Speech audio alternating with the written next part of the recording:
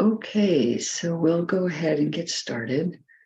I know some folks are still continuing to join, but let's go ahead since it's the top of the hour.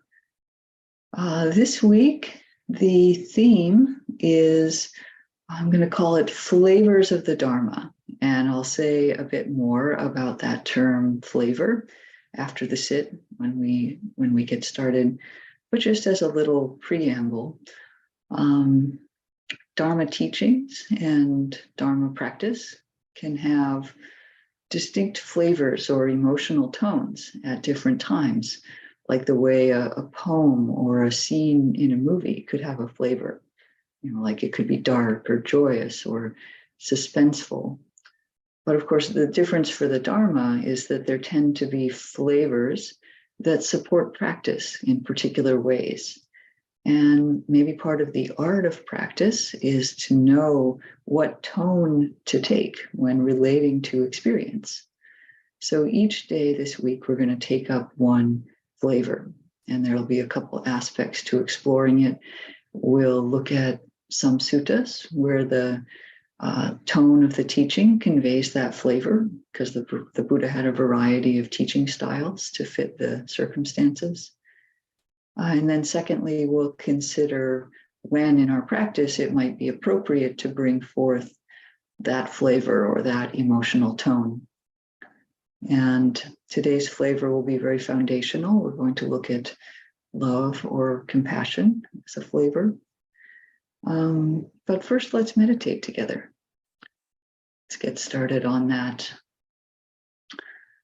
So settling in to your meditation posture.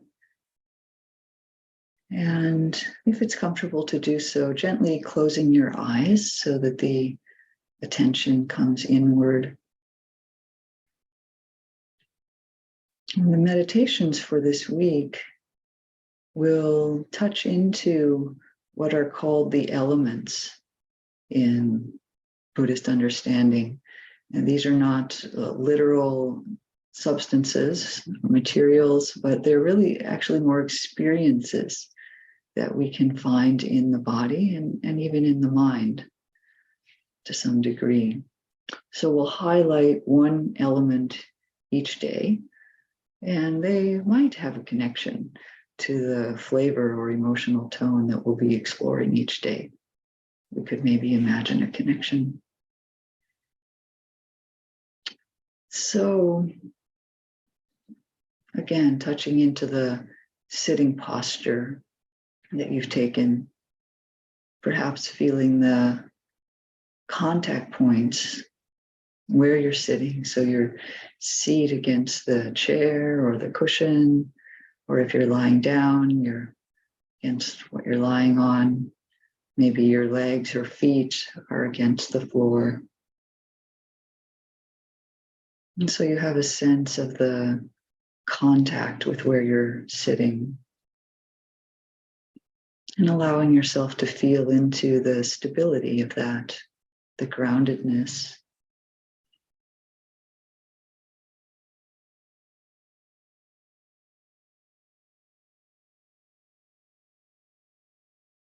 Perhaps even softening into those touch points so that you feel yourself giving over your weight to what you're sitting on and ultimately to the earth.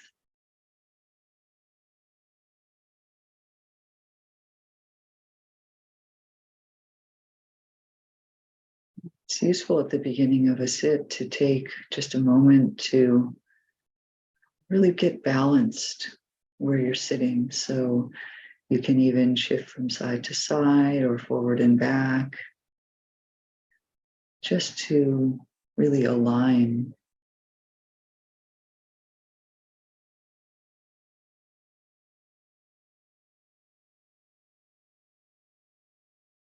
And then we can notice the way the body kind of rises up from the stable base, as if it's buoyed upward, or maybe like a sea plant off the sea floor.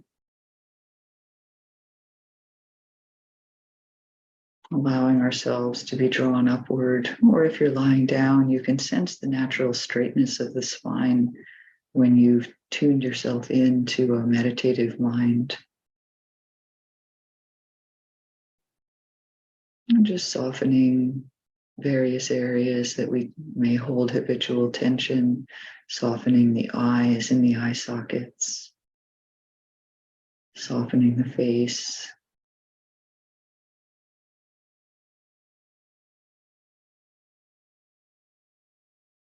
the jaw,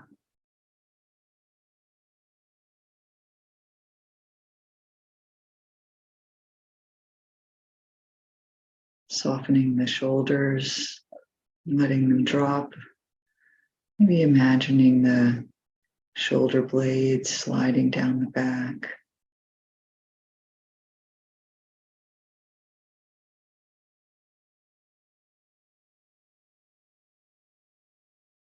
Allowing the arms and hands to relax.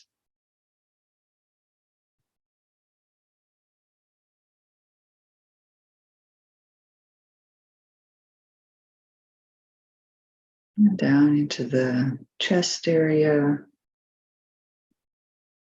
letting that be soft, open. Or if you feel tension, just being okay with that. Releasing what can be released in the belly and the low back. Letting both of those perhaps soften on the out breath.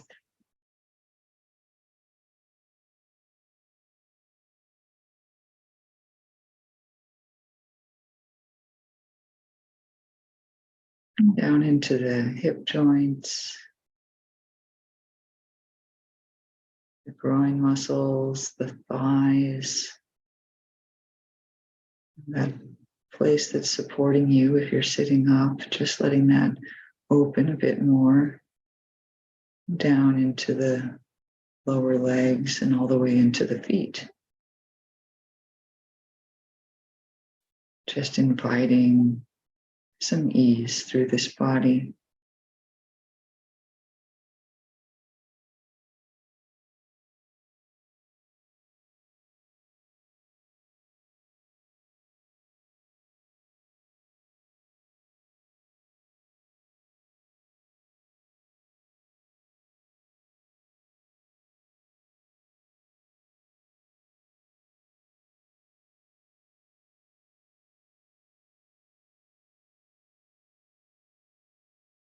And now as you look through the body, if you will, with mindfulness, notice any places that feel warm. Like often the core area may feel warm. For some, the hands are warm and others not. But generally areas that feel warm, and also you may notice then cooler places in contrast. And this quality of heat or coolness is called the fire element. It's an experience in the body that's often there. There's often a temperature associated with parts of the body. So that just notes the presence of fire element, one of the constituents of form, the material world.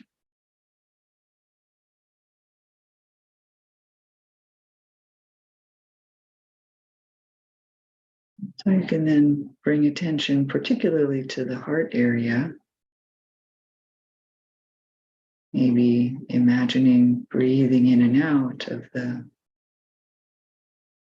heart area, not the literal physical heart, but just that area, energetic area of the body. And if it's a little weird to imagine breathing in and out of the front of the chest, you can imagine how the air coming into the lungs, flows around the heart area naturally.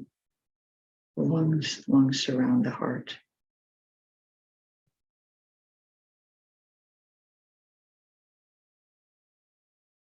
And sensing into whatever quality of fire element is present in the heart. Maybe it's a lot, maybe it's a little. Just seeing if you can detect that.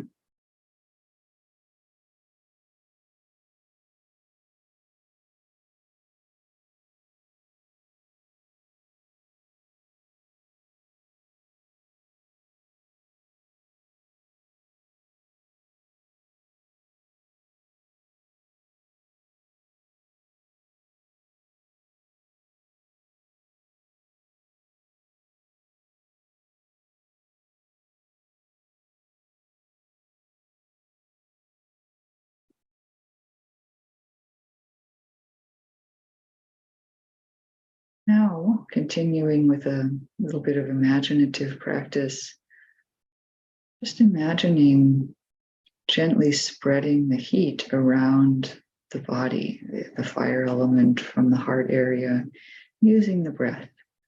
So as you breathe in, perhaps feeling a gathering of the energy, and on the out breath, inviting it to spread throughout the system.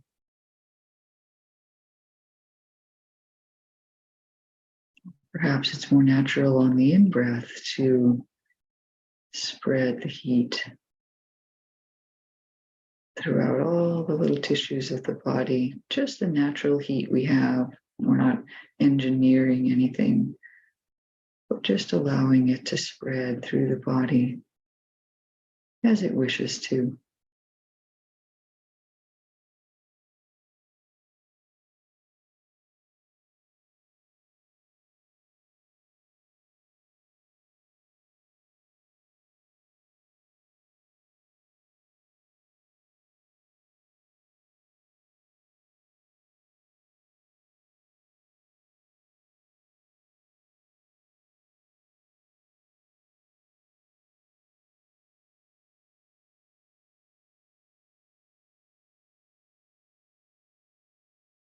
Maybe as you feel warmth or heat touching a certain area, like if it's spreading into your legs or feet, allowing there to be relaxation as the heat spreads in.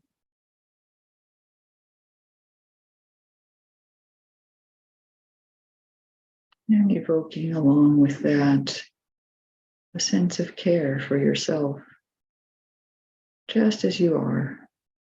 No sense that anything needs to change about how you are right now. We might call it a very basic sense of positive regard for this being right now.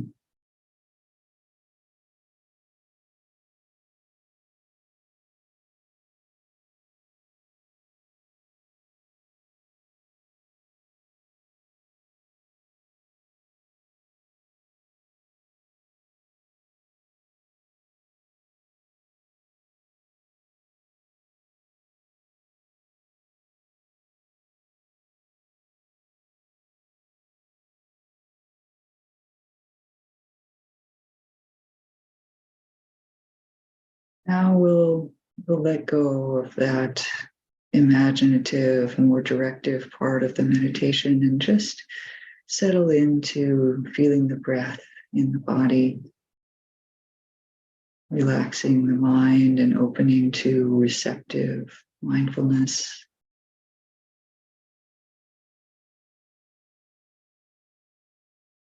But maintaining perhaps that gentle sense of positive regard, that sense of caring through the heart area. And now just letting the breath energy spread through the body and being receptive to experience as it comes and goes, just simple mindfulness practice.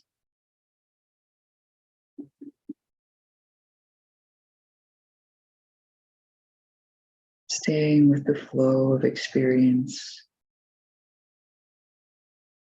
in the present moment.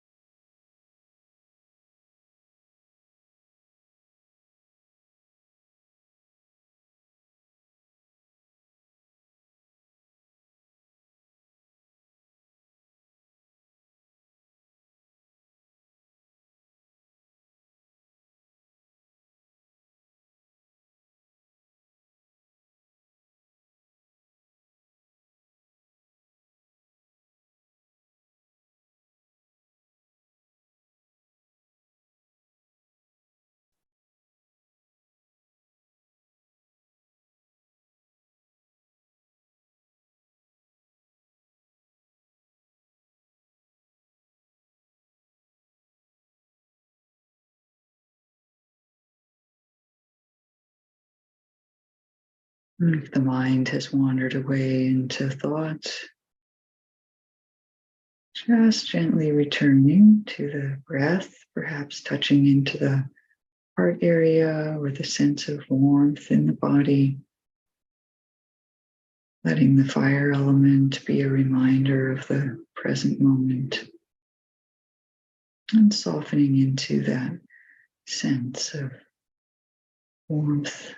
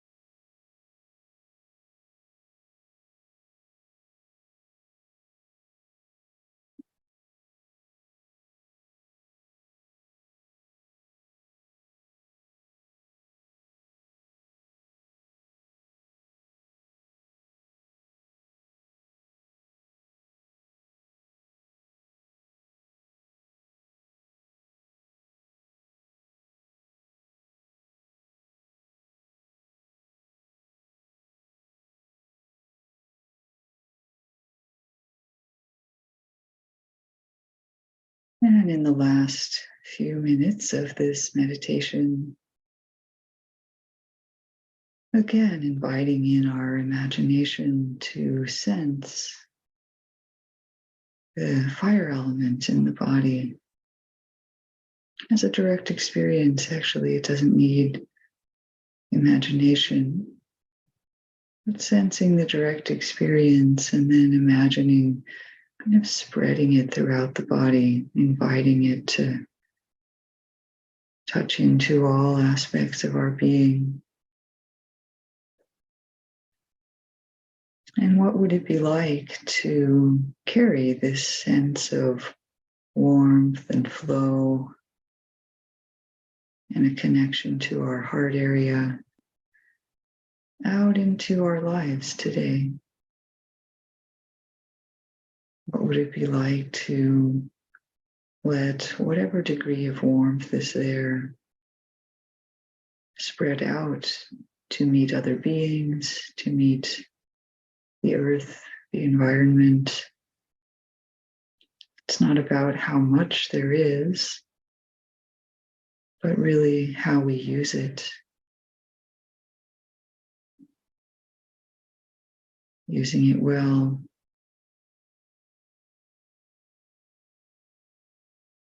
Bringing some sense of warmth, of softness, of care into the world. Not with an agenda or a push, but simply because that's the way we are today, to the degree possible. And see the result of that.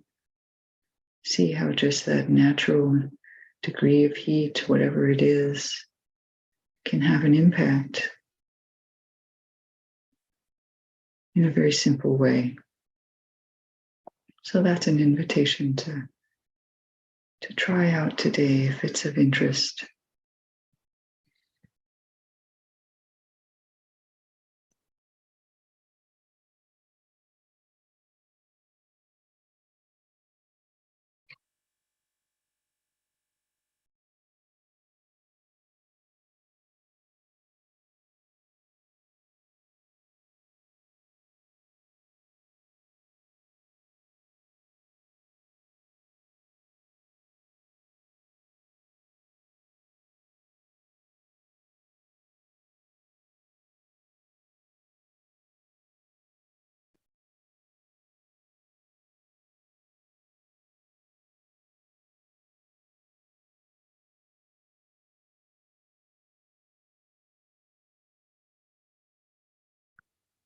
Okay, so the first question is, were you able to hear the bell? I've been having some trouble sometimes with the bell not transmitting on over the electronic connection. So if you didn't hear it, the bell did ring, and please let me know in the chat so that I will know what to do tomorrow.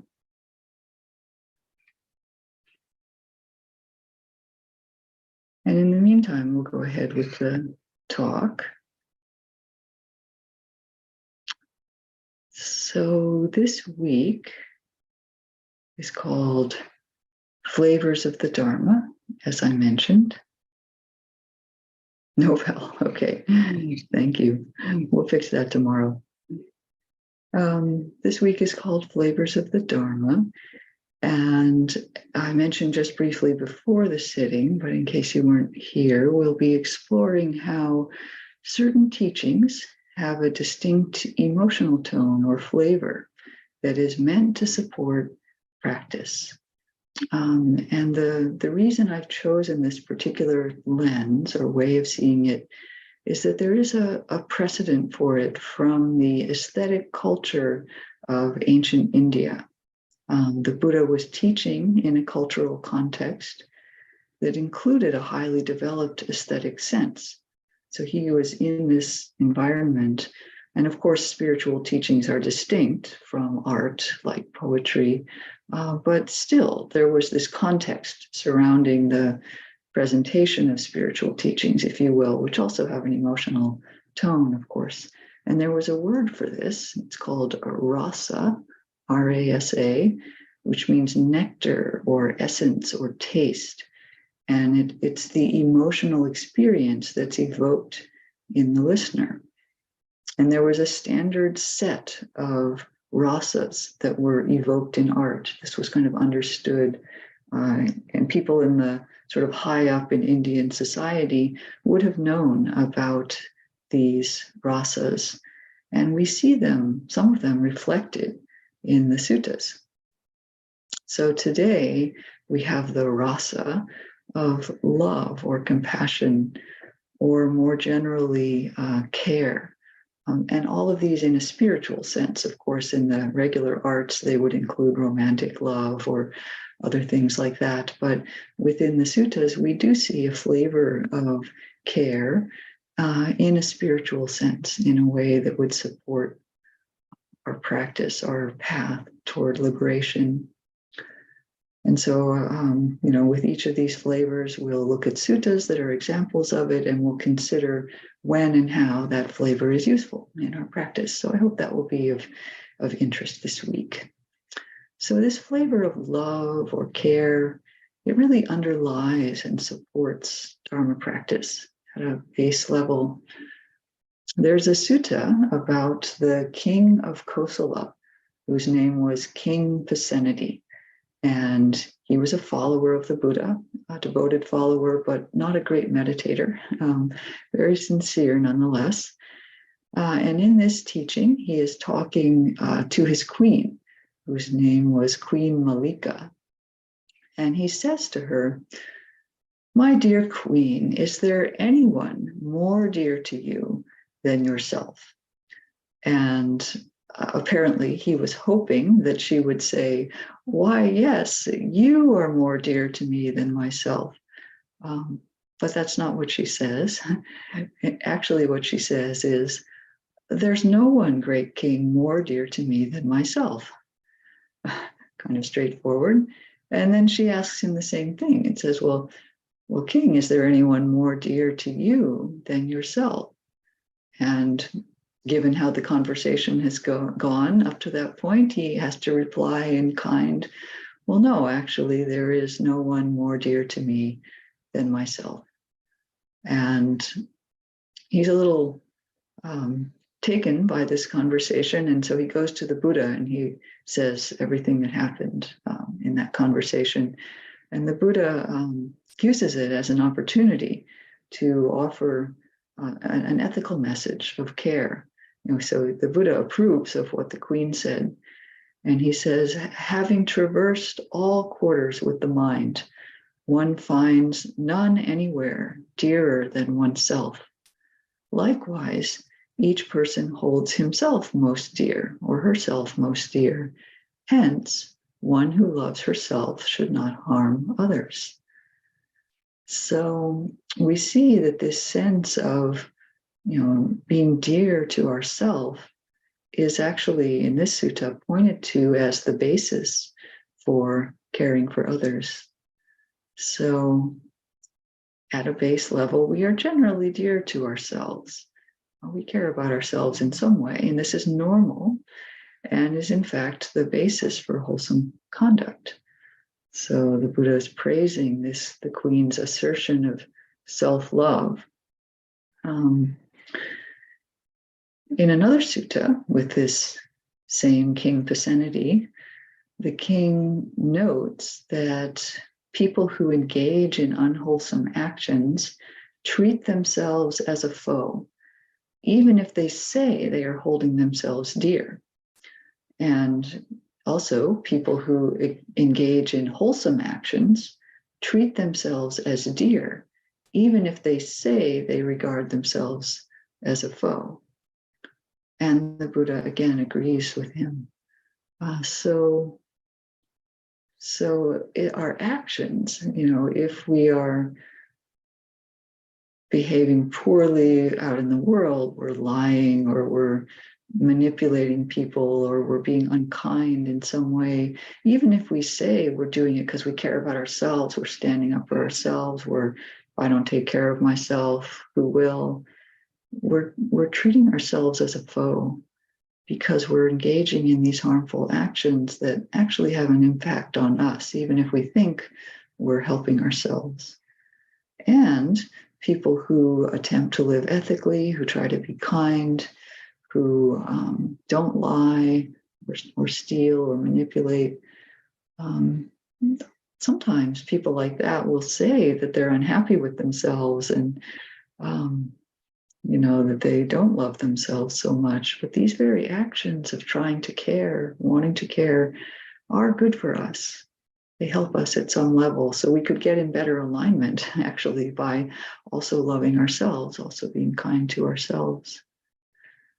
So we see that the Buddha is quite clear that ethics and positive self-regard overlap.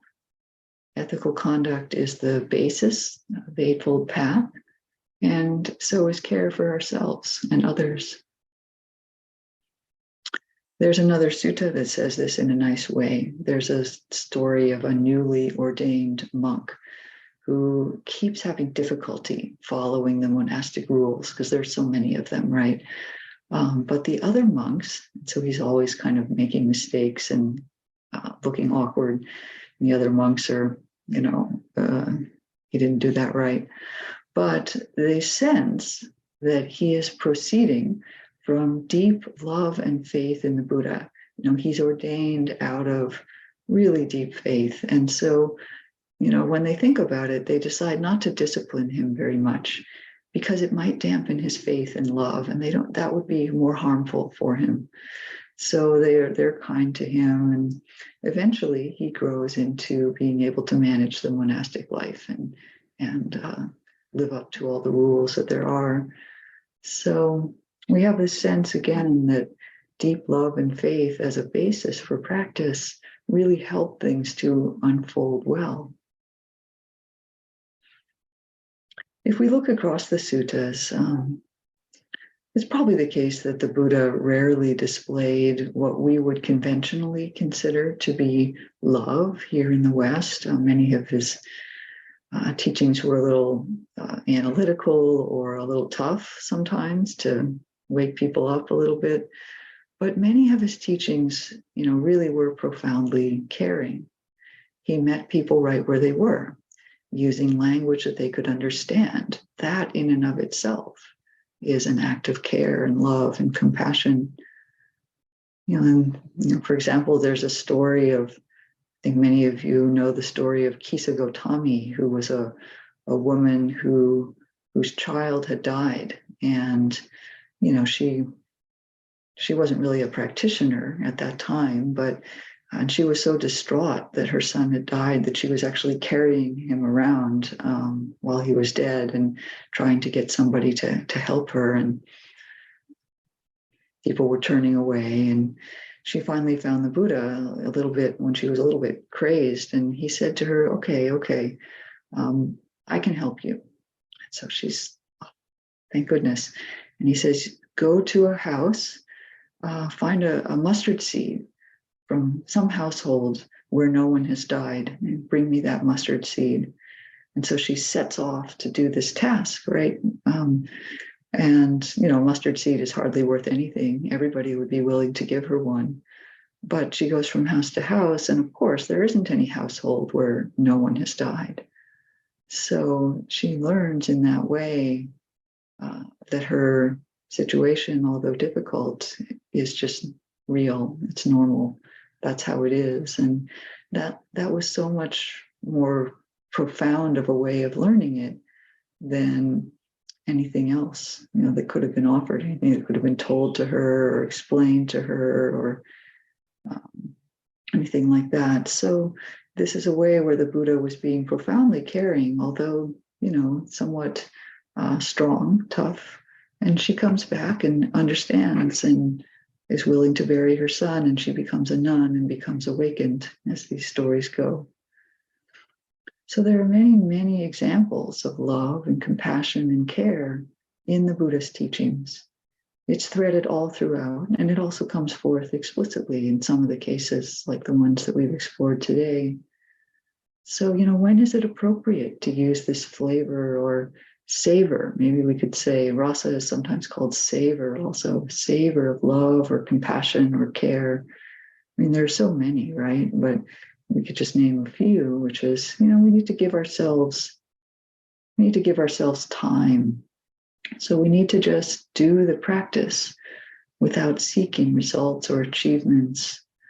It can sometimes seem a little distant, why am I sitting here trying to be with the breath? I really need to think about this problem that I have. I have to work on this relationship. That's what keeps coming to mind. If we just stay with the breath, stay with the body, stay with the mindfulness practice that we're doing, it has a way of affecting us more profoundly than we realize. Like going from house to house, asking about a mustard seed. That was so much more effective than, say, grief counseling, if you will, when that instruction was given by the Buddha and she was willing to do it. So, there's this doing of the practice, just to give ourselves time to unfold, to let it do its work. That is profoundly loving. And of course, at moments when there's a lot of dukkha, we can bring self-compassion directly to our situation. Sometimes that might look like self-care in some way, or maybe just seeing clearly that what is happening is the most loving thing that we can do. We may not need to bring in ideas about our story and other things, but just see directly and feel how it is. Yeah, it's really hard right now without a story. Just, this is it. Deeply compassionate. And also, love and care is the indirect basis for so much of cushion practice. There are so many cases where, in a standard sequence of sitting down to get ready to meditate, some of the suttas will say that the practitioner sits down, has an upright posture, establishes compassion for all beings, and then brings mindfulness to the fore and begins to meditate. So we can do this also, is have a sense that we're meditating out of compassion for ourselves and all others. So I really see this as a foundation for so much of what we do. It helps so much unfold when we have a basis of love or care. And I'm careful to use those general words so that we can find our own way of meeting that. Today in the United States, it's a holiday. It's Juneteenth, which celebrates or commemorates the emancipation of African American slaves in 1865. And so maybe it's appropriate that we talk today about ethics and love and compassion and care as a basis for ourselves, our life, our relationships, and indeed our whole society. So tomorrow we'll be on to a different flavor, a different rasa, 5 of them this week. And I hope you'll enjoy this tour of some of the emotional tones that we see in the Buddha's teachings. So be well.